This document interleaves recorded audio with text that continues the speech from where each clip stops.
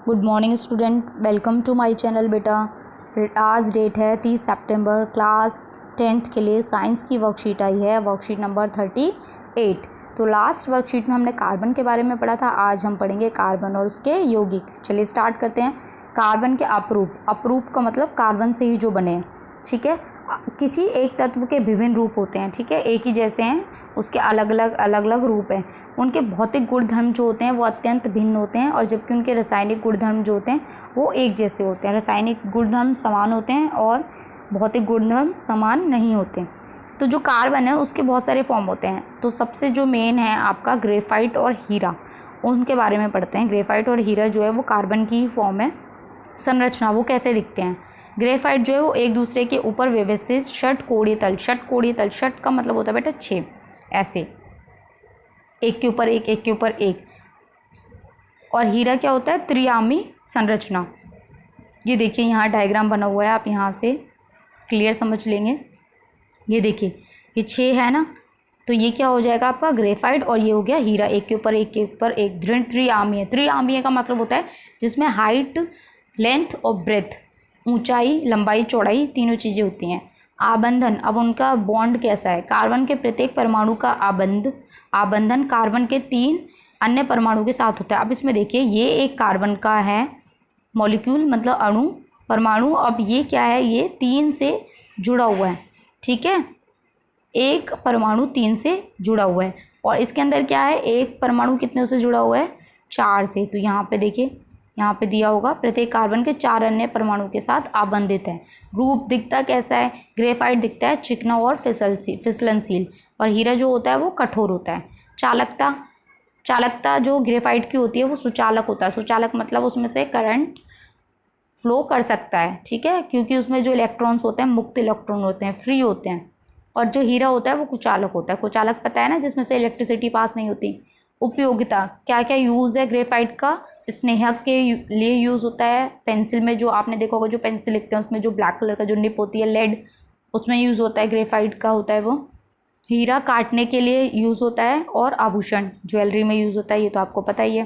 बेटा कार्बन का एक और फॉर्म होता है, ठीक है, फुलरेंस बोलते हैं उसको। ये देखिए C60, इसमें 60 परमाणु होते हैं कार्बन के। चलिए अब जो कार्बन है उसका, जो कार्बन है आपका वो सर्वतोमुखी प्रकृति का होता है। कैसे, इसमें सबसे पहले पॉइंट आएगा श्रृंखलन, दूसरा आएगा चतुसंयोगता, ठीक है बेटा। श्रृंखलन यहाँ से पढ़ लेते हैं। सहसंयोजी बंध की प्रकृति के कारण कार्बन में बड़ी संख्या में यौगिक बनाने की क्षमता होती है, क्योंकि वो बॉन्ड जो है वो बहुत जल्दी बना लेता है, तो यौगिक बहुत सारे बना लेता है। कार्बन के ही अन्य परमाणु के साथ आबंध बनाने की अद्वितीय क्षमता होती है। ये कार्बन है तो ये कार्बन के साथ जो बॉन्ड है ये बहुत ही इजीली बना लेता है, ठीक है। इसलिए इस गुण को क्या कहते हैं, श्रृंखलन। सिलिकॉन हाइड्रोजन के साथ यौगिक बनाते हैं, जिनमें 7 या 8 परमाणु तक की श्रृंखला हो सकती है, लेकिन ये यौगिक अति अभिक्रियाशील होते हैं। अभिक्रियाशील मतलब किसी से भी अभिक्रिया कर जाते हैं। चलिए संयोजकता क्या होती है। कार्बन के 4 संयोजी इलेक्ट्रॉन होते हैं। जो कार्बन है उसके 4 इलेक्ट्रॉन होते हैं, फ्री इलेक्ट्रॉन होते हैं। अब ये जो 4 हैं इनमें कार्बन के 4 अन्य परमाणु जुड़ सकते हैं। यहाँ कोई जुड़ सकता है, यहाँ कोई, चारों अलग अलग। तो अन्य परमाणु में ऑक्सीजन, हाइड्रोजन, नाइट्रोजन इत्यादि के साथ ये आबंध बनाने की इसमें क्षमता होती है।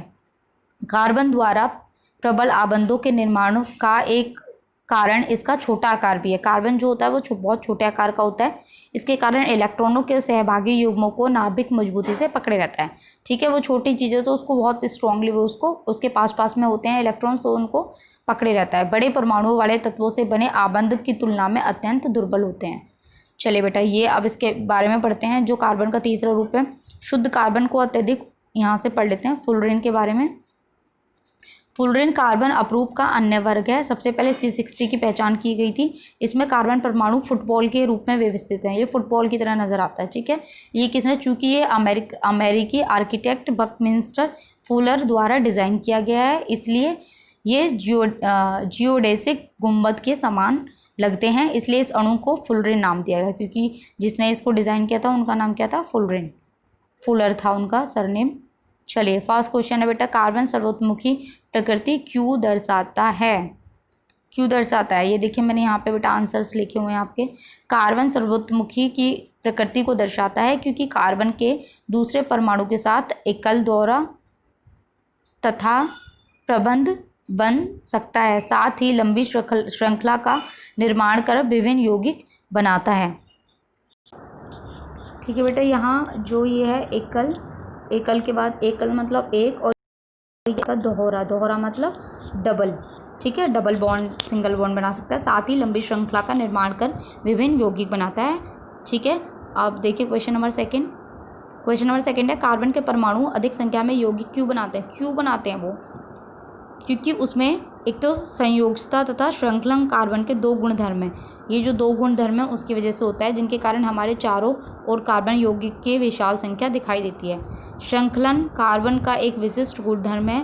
कार्बन कार्बन के दूसरे परमाणु के साथ एकल, दोहरा तथा त्रिबंध बनाकर लंबी श्रृंखला का निर्माण कर विभिन्न यौगिकों को बनाता है, जिसके कारण कार्बन के यौगिकों की संख्या काफ़ी अधिक है। चलिए थर्ड क्वेश्चन देखते हैं।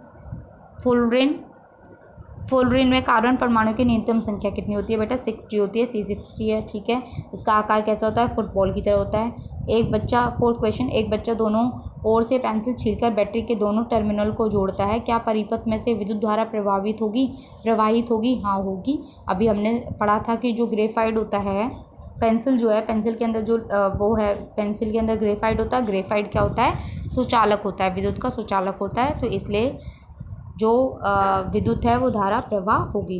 तो बेटा मैंने नीचे यहाँ आंसर्स लिखे हुए हैं, आप यहाँ से देख लीजिएगा। ठीक है, आई होप आपको वीडियो पसंद आई हो, तो प्लीज़ चैनल को सब्सक्राइब कीजिए ताकि आपको और भी वीडियो मिलती रहें। लाइक कीजिए, कमेंट कीजिए, शेयर कीजिए। थैंक